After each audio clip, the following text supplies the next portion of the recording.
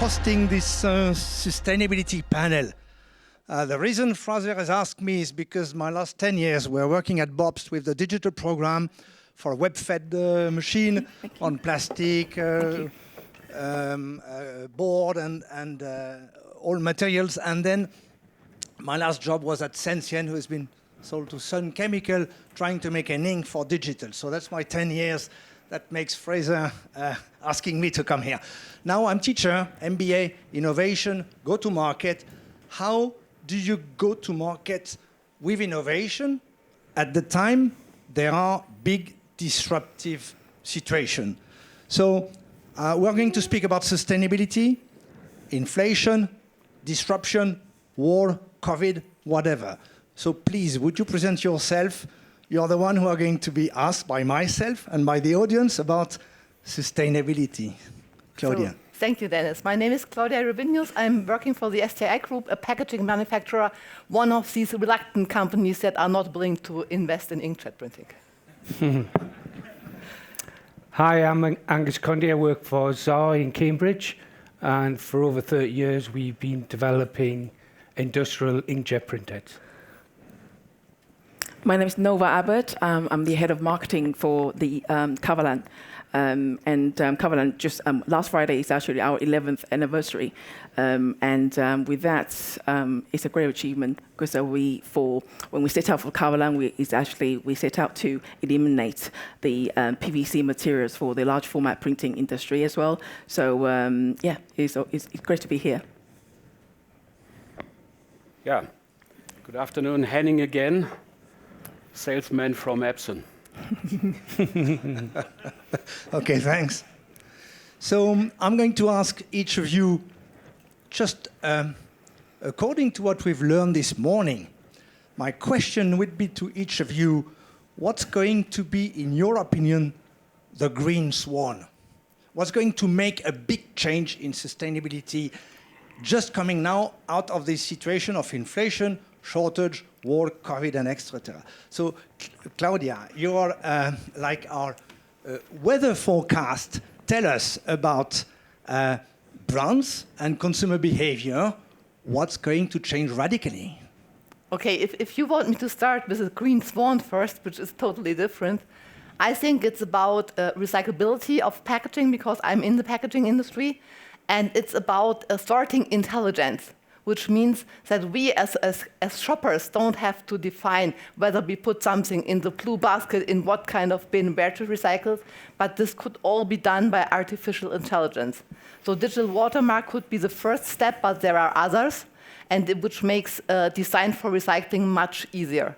And of course, to go for just one component materials, because let me ask you a question, that's why I brought these 2 cups. I guess some of you already had a cup of coffee today. Have you had some milk? Mm-hmm. Okay. Did you take off the lid before you put it into the bin? No. Okay. So no recycling chance. And that's what we have to work on. Thanks for your message. So I like it, because the message is recycling. That's the first message. So I'm going to go to Nova, because in the 3R, I remember, I'm an old guy, I'm a boomer, I remember the first R was reduce, the second was reuse, and the third was recycle. So, Nova, what's your idea about the 3R? Reuse? Oh, definitely reduce first, and then I can only speak from the large format printing sector, really, because in our part of the printing sector for the signage and graphic industry, where people mainly talk about recycling, of which we, as Kavalan, we disagree. We think reduction, it should be coming first, similar to what Henning said in his presentations as well, of which I was like, okay, it's great that, great mind thinks alike. For the large format printing industry, what I found is that throughout the years, I think the message is being quite, I would say, perhaps very complicated or something like that. So what we have done is that through what we have actually put it, Kavalan, the whole range of the PVC-free banner materials going to the LCA assessing a system, which is the life cycle assessment. So basically, with that, we also created a system, a tool to help our partners and also the brands to navigate, i.e., when they choose for PVC-free banner materials like Kavalan, what they can actually save in terms of CO2 emissions, and that equates to how many flights, economy flights between London and New York, for example. So each of the numbers that we can produce, we use sort of explainable and sort of a day-to-day examples for people to be more relate to. So I think it's coming down to perhaps education is probably the key for our particular part of the print sector to move forward in terms of, well, to echo your question, the green swan. Thank you very much, because what I'm learning from Nova is that if you, instead of saying, I'm in the PVC-free business, your negative side. If you say, no, I'm providing a solution that you will know what's the carbon footprint, you're changing the way of approaching the market. Exactly, and also give them examples as well, so that they can relate to. So thank you very much for that. I'm going to, starting with Angus. Okay, Angus, I will ask him to give us the helicopter view, because he's from a small company, and a small company has the value to be on the shop floor, know everything, and then take the helicopter and have a view across all sectors. Can you speak about what's going to change in the coming months, as it has done in ceramic, for instance? In which sector you see things are going to change?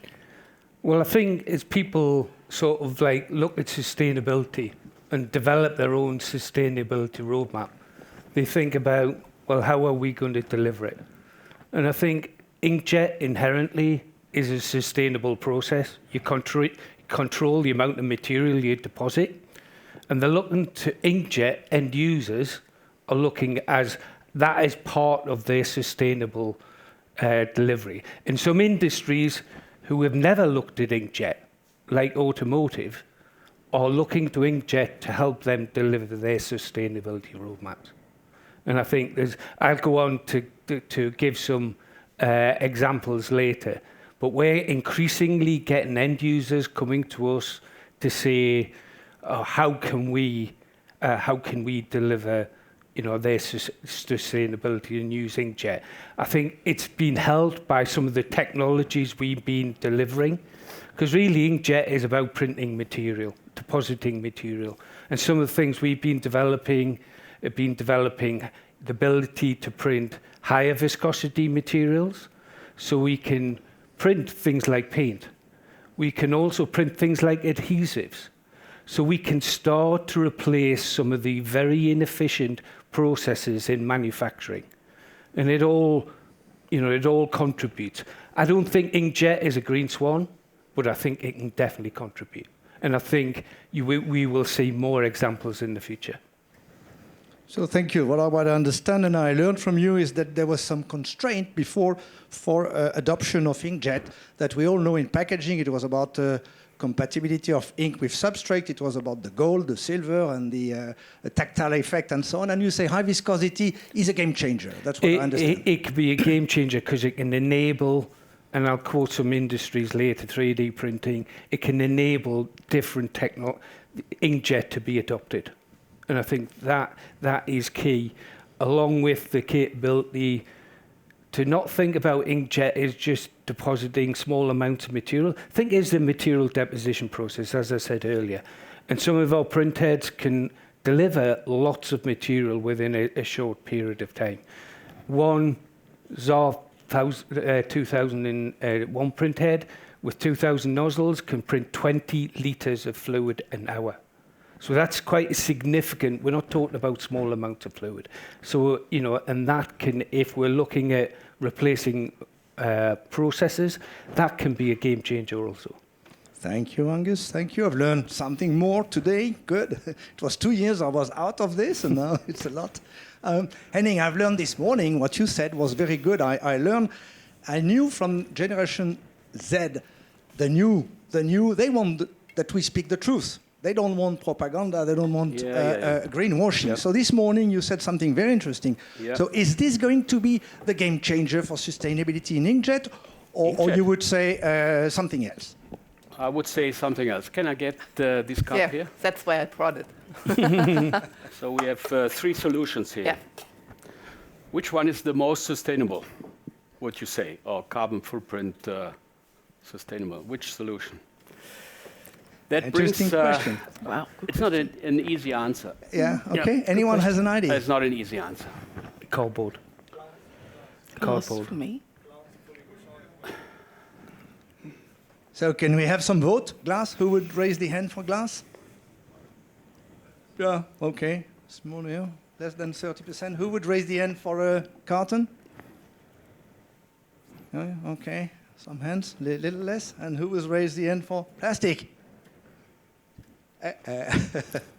Okay, so many of you didn't raise their hand, and I would say also, I was looking at the color of the hair of the people raising the hands. Are they boomers? Are they millennials? Are they Gen Z? Because they would say something different, I'm sure.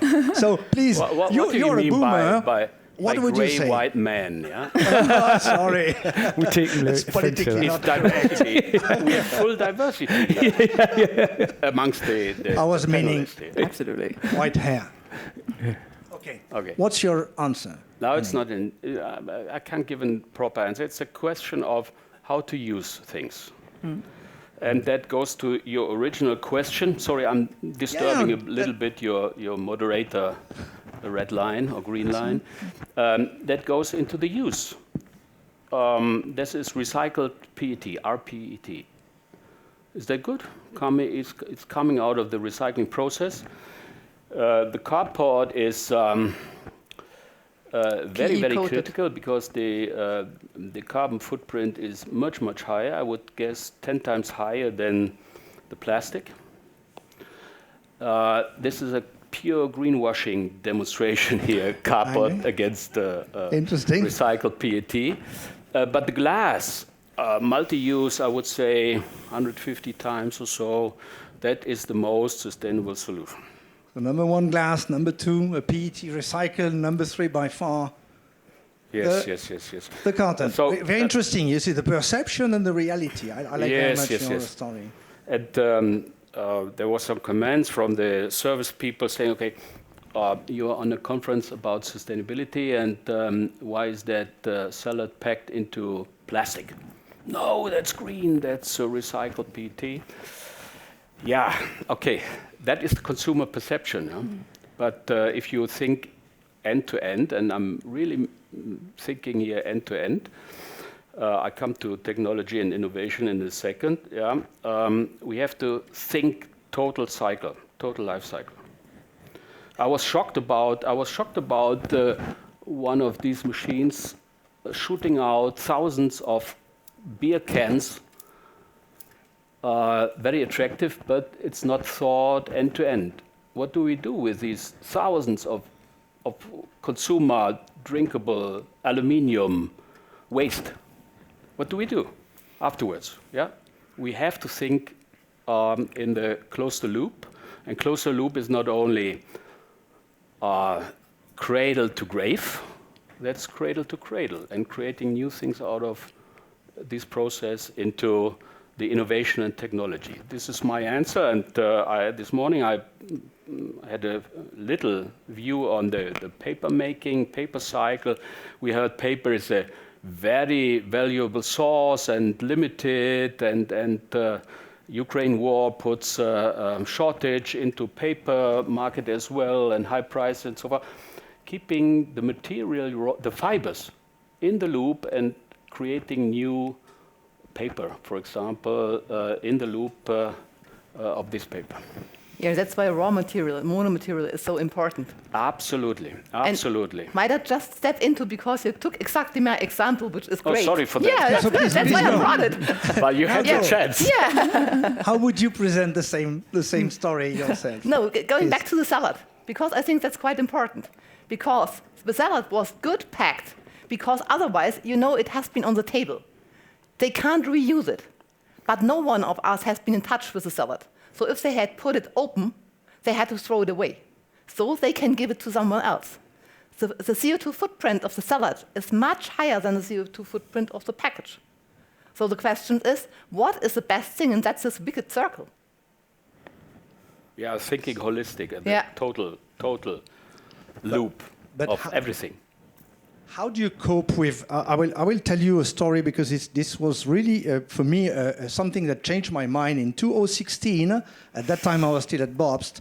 There was a boom at Drupa, unexpected boom by the salespeople. You were not there, François, so it was before. That it was an unexpected boom of corrugated machine, and the sales guy, we were asking them, why is this? They say, because we are selling good, you know. But then we were asking to the other one, the competition of Bob's. It was the same. Oh, yes, because we are good. No, it was 15 to 20% more corrugated machine bought on Drupa 2016.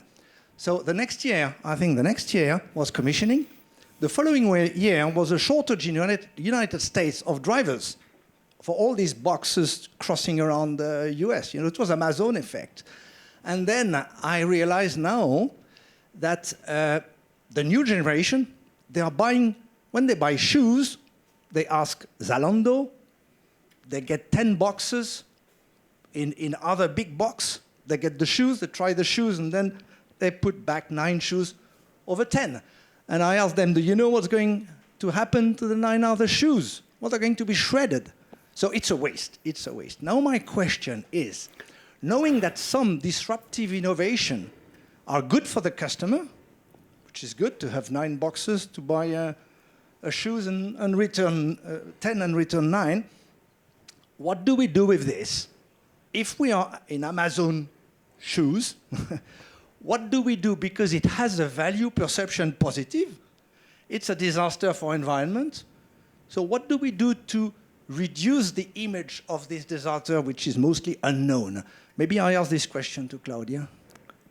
Okay, so perhaps you have heard about the fun theory. That was developed in Sweden. And the idea is, for example, if you drive too fast, normally you get a penalty on that. So in Sweden, it's the other way around. So if you drive the correct speed limit, your plate is photographed, and then you get part of a lottery, and you might win something. So all these people who do the good things are rewarded. So if you, perhaps in Amazon, don't ship anything back, you might be the next Prime customer, rather than paying for it. So they could reward you on that. So there should be no free shipping back. So that's a chance to reward people on being more sustainable. And you know, also we have the technology. We have this artificial intelligence and augmented reality to try a new pair of shoes before we let us ship it home. So we can have it virtually try on. So I like your comment, because what you say, Claudia, is that in the early stage of a different consumer behavior, it might be a disaster for environment. Now everyone is learning, and probably there is a process where over time, this new disruptive way of consumer behavior, which will put itself in place because it's easy, is not sustainable at the beginning, but then there is a gradually, by artificial intelligence, by whatever, a learning process that makes it more sustainable. What would it be today for this e-commerce to be more sustainable, in your opinion? Claudia? Again, me? Yeah, because you are in this business of the brand and consumer behavior, and for me that's a mystery. You know, what the young would like is totally not sustainable. However, they believe they are eco-consumer. Yeah, the question is really, we have been talking about this amount of corrugated board shipped every time, and you throw it away at home. So I was very interested, Henning, in your machine converting in the office the sheets into new paper. So perhaps we can also convert at Amazon the old boxes into new ones. No, it's going even further than that. Yeah, the technology, and we're speaking about innovation here. This is dry fiber technology. No use of water. This is a mechanical destruction of the material into raw material. Fibers are put into fibers. Yes. But what Amazon mentioned yesterday. And then the next case is packaging. This is the industrial case for dry fiber technology, and then textile. Yeah, you can defibrate cotton or synthetic textile and put it into new base material for textile production, for cardboard and everything. So Amazon mentioned yesterday that they are not more doing any bubble wraps in brown boxes. Perhaps you have read that in the news. So what they promised is they will go for kraft carton, which you know is virgin fiber, very high, very expensive. So perhaps there could be also an alternative on that. Yeah. And of course, you have to have this right size box, which means that you don't use this box to ship an item that size. That's also something supply chain, artificial intelligence, and whatever could help. Any comment on this topic?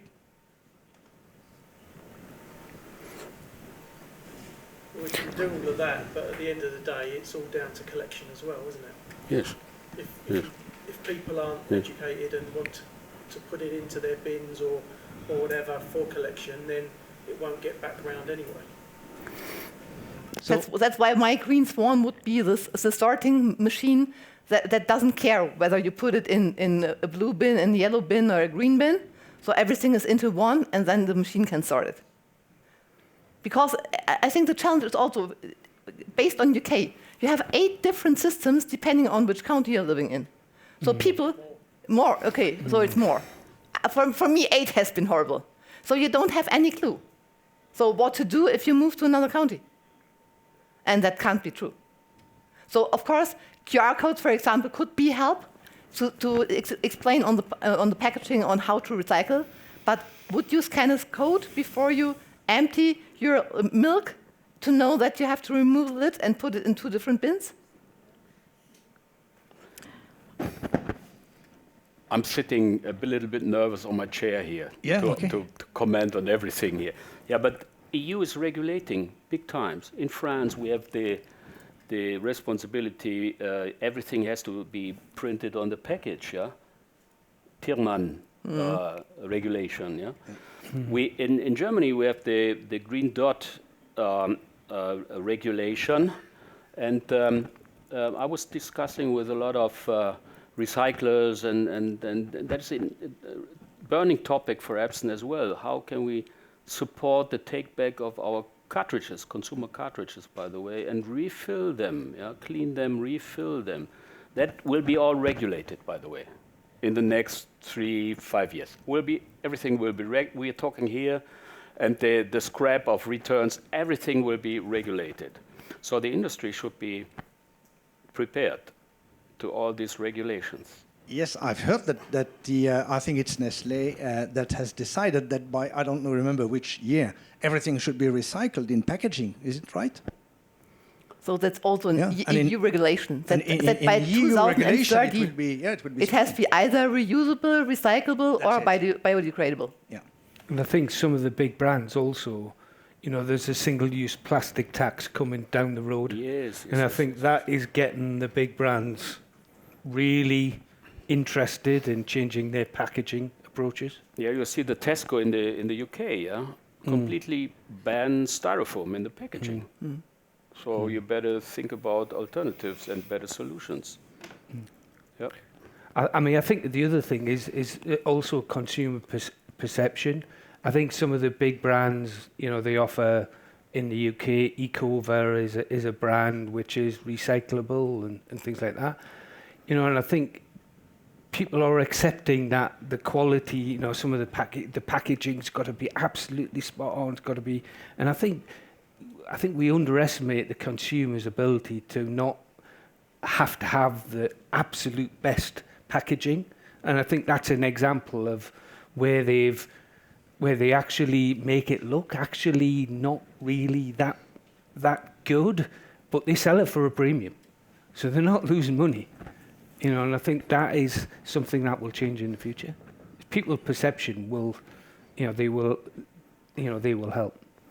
But I mean, we talked about all those, but have anyone actually thought about, when it comes to the waste management part of it, if we all do what we said we are doing or we will be doing, and that's ideal for the world, But the waste management part of it, have you thought about, is there really a recycling system is actually in place for all the changes we're talking about here?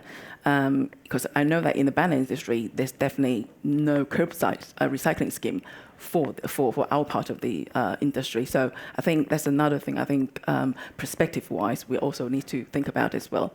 So how in each of your companies you're dealing with this kind of, myself, I can do this, of this topic of sustainability, but there is many others that should do something else. So how do you cope with this ecosystem of various suppliers that should be together to discuss the sustainability issue? And it's not the case today.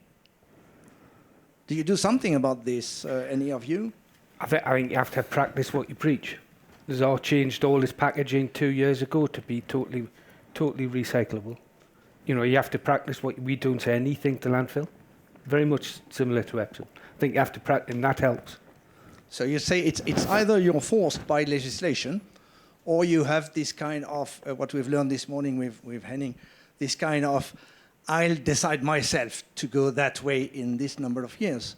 So what, in your opinion, is the most important? Is binding legislation that would force, or it's a corporate culture that will enhance? What would be your opinion, all of you? So we have seen with the plastic bags that it was done by regulation. So in Germany, we still don't have any plastic bags. If you go shopping, you don't get them. So they are banned. So because they tried to do it, you had to pay for them, but people were still paying for them. They didn't care. So regulation said, okay, we have to ban it. So that's one thing. On the other hand, and I think that's what you mentioned, is that you could, as a brand owner, have the same pack in different attributes on the shelf and see how the consumer reacts. And so that's what we call the attitude-behavior gap. That means that saying is totally different to acting sometimes. And if you have a heat-foil embossing on a folding carton that is full covered, it's hard to recycle, but it's very shiny and a nice gift. So the question is for companies like Lind, for example, and I've did some store checks this morning. I have seen many of them here on the shelf. What way will they go? And what was the answer? You have to ask them. You have to ask. Yeah, but what we propose to our clients, not to do it that way. So we always, if we are included in the development, we always do this design for recycling. And I think that will be the approach. That's why I put this effort on recycling. Design for recycling. Yeah. What about the colors in the brands today? Because I remember my time, it was half a color more every year to 9, 12 colors. Now it's 4 or 7. So what's the trend for colors? Would the color stop his visual effect, or would it remain as it was this morning in this fantastic presentation, where the visual impact still remains a decision making for the brain? I mean, I think it's still important, but I think it's less important. I think sustainability almost is overriding people saying the packaging, oh, my Coke can, it's got to look identical, the red. I think it because they're going to have to find a solution.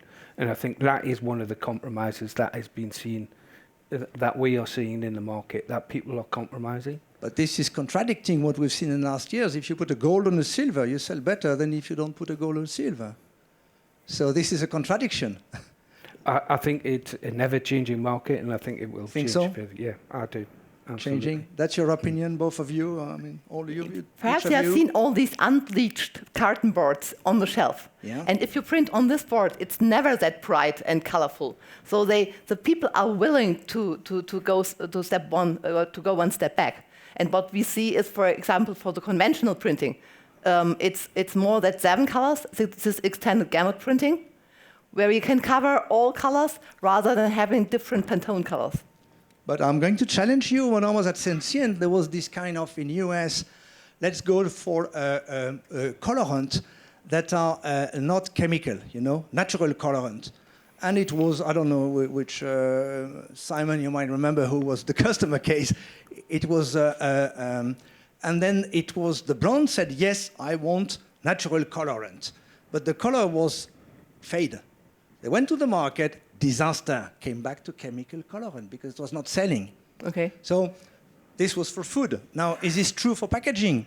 You buy a perfume because of the image of advertising that is fancy. You know, you don't buy a perfume which is fade. Anyone?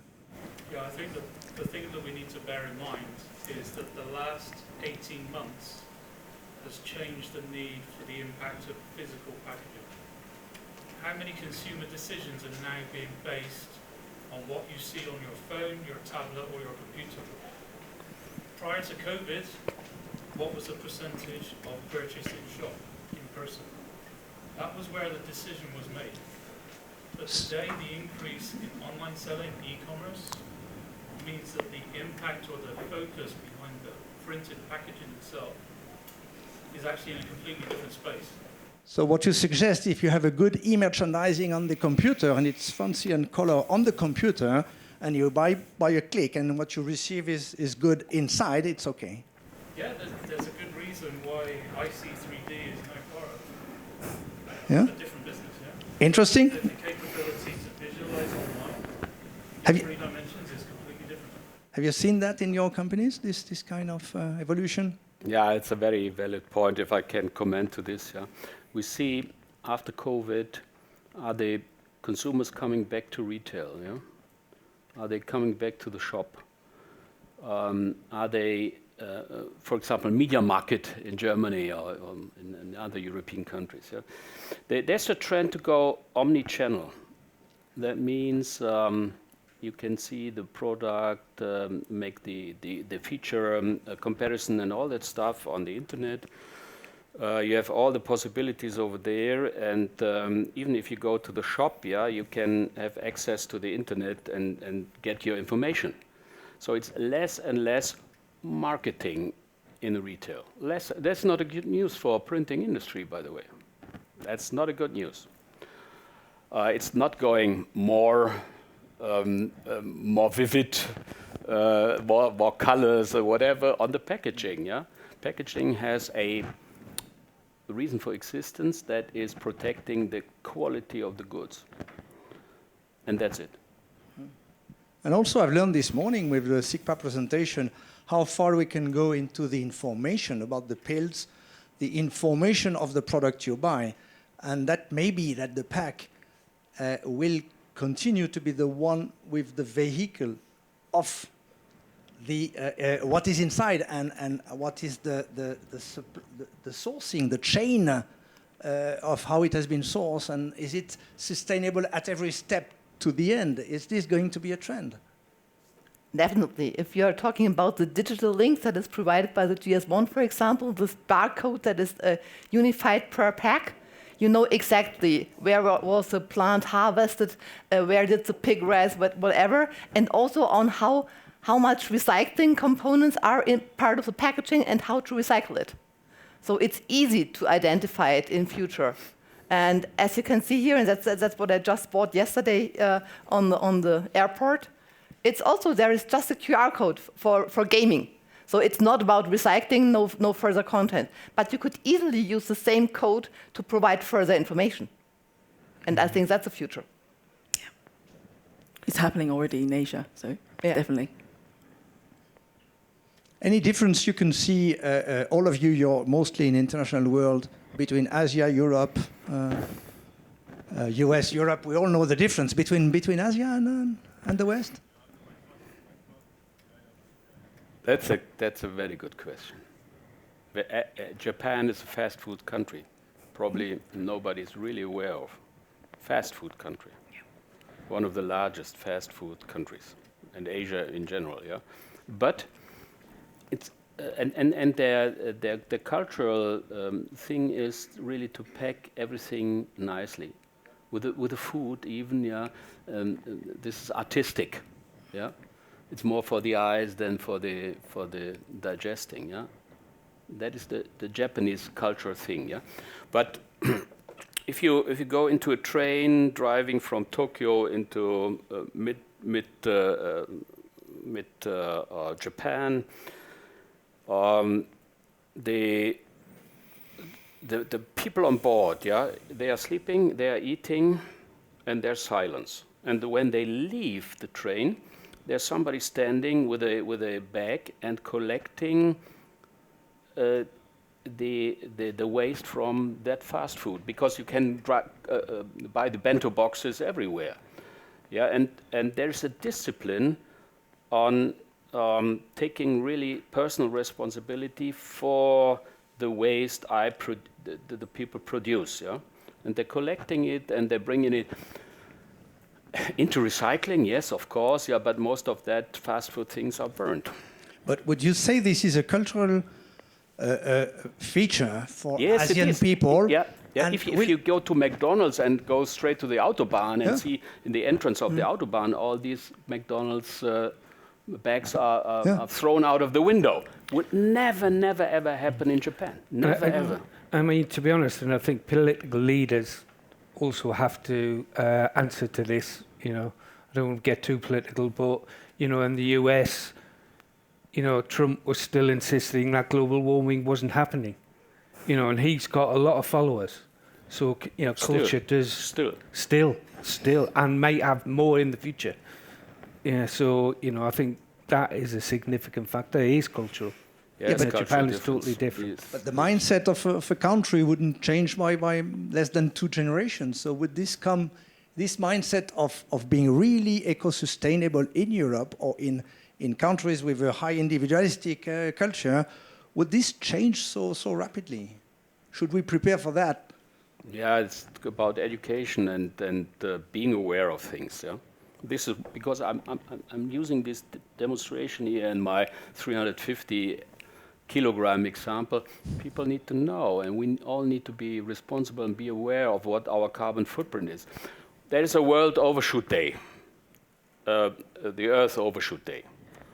That is falling into end of next month, 28th of July or so, where the resources of our planet are done. We're consuming more than one Earth. 28th. That's the difference into the various nations, and so far, I tested that by myself a couple of years back. There's a simulator, or you can simulate on the internet, and I was shocked. Using 6.5 Earth, so to say, with my lifestyle. 6.5. Heavy flying and so far. Yeah? I did it before COVID again, and then I was down to 3. I did it last week, and I was down to 2.3 Earth. Still more than the Earth. If everybody would live like me, and I'm very simple man, yeah. Most of us have more than 2.3 Earth, yeah. So, but we need to know. We need to know to change lifestyle, to change the behavior of how to consume, yeah. And the young generation is coming. They're coming. That gives me the transition for the last 5 minutes. I've learned, and I've been through all this process of how do you improve something, how do you make an exponential change versus incremental. What I learned is this, you mentioned that, Henning, this UN Global Compact project, you know, how do you improve something which is wrong? And I've been looking these days, there was 10 indicators, 10 index. How do you improve the water usage? How do you improve the poverty? And there was one about the peace. And I've been through the website of the UN, and I've noticed that there is now, since 24th of February, many action launched by Appreciative Inquiry, which is I decide to promote peace now by doing this and this, you know, like we've seen for Ukraine, a donation or whatever. So my question to you all is, haven't we ourselves, all our companies, a strong power we don't use to say, this is the situation, whatever is the origin of it, I don't care. What can I do now to really change very quickly? So may I ask you, we have 5 minutes, each of you in your company, what would you do which is not incremental next month on sustainability, or maybe on, I would say, ethics and the fact that there are also social issue of workers not being paid in something that that we source somewhere, no? So may I ask each of you, as a conclusion word, what is something we should endorse immediately? I wouldn't say reduction, but we're already doing that. So I'm only thinking about what else can I reduce more in order to, you know. But as a company, for us, it's a company culture because it's from top down. But yeah, I can't think of any other way of saying, well, reduction is the key. Reduction. So KPI reduction of what? Water, energy, whatever? Everything, because we have everything locked as well. So we're always thinking about R&D, always thinking about what else can we do to reduce more. But I was thinking we're already doing that, so I'm not sure how I can, you know, do more at this moment of time to share with everyone. Okay. I think. Sorry. Okay. I think for us it's education. So we have learned that it's hard to know which one is best. And you have to have some criteria, and you have to understand these complex processes. And that's something we are going to invest into, and also educate our employees, our clients, the retailers. And I think at the end of the day, we will also have to go to schools and explain to them on how to sort waste and all these things. Okay, so I understand, Claudia and I very much. Remove our assumption from the past, and let's just challenge ourselves about our assumptions. Let's change. Okay, thanks. Very good. Angus? I think, to be honest, I think we need a plan. We need a plan for our business. And part of that plan, engage with everyone, is your supply chain, but very importantly, your employers. Your employees, sorry. You know, and that will part of that will be education. And I think it gives hope to people. Because I think at the minute, people are losing hope. But if you start have a plan and lead as a business, I think that can only help. Leading by example, I listen to that and like it. Yes, Henning. Yeah, I will summarize my keynote from this morning, 3 things. Renewable energy. That is a must. Going into renewable. Leave the underground resources where they should be underground. Renewables. Go into renewable electricity. Sun is for free. Second, circularity. Taking ownership of the total life cycle from the first idea into the recycling and upcycling, that full cycle. And third one is, I would say, equally important, that is all decisions should be made, not for now, not for the old white man. They should be made for the next generation, for the kids, and that's it. That's extremely important, because we are wealthy. We come from an age that we enjoyed everything. No problems so far. Now the problems are coming, and we are causing these problems. So decisions should be made for them, not for us. So thank you very much, and please, you're all of you here way makers for this sustainability change. And thank you very much, all of you, what you've given today as hints for all the audience. Thank you very much.